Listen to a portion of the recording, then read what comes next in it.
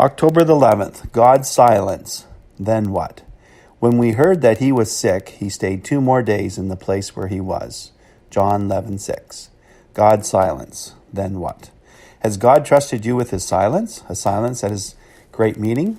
God's silences are actually his answers.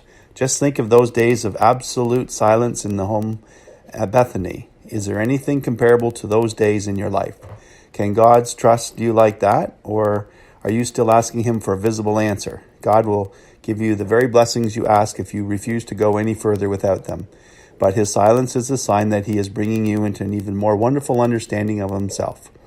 Are you mourning before God because you are not had an audible response?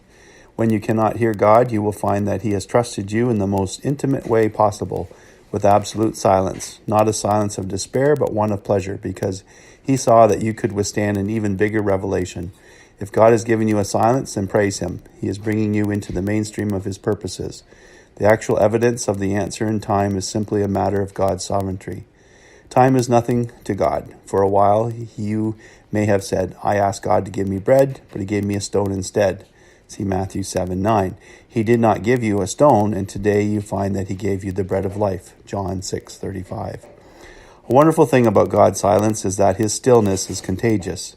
It gets into you, causing you to become perfectly confident that you can honestly say, I know that God has heard me. His silence is the very proof that he has.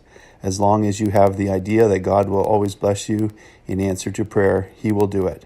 But he will never give you the grace of his silence.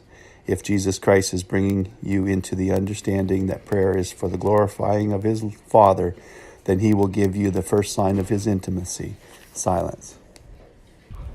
God's Silence, Then What? By Oswald Chamber, My Utmost for His Highest.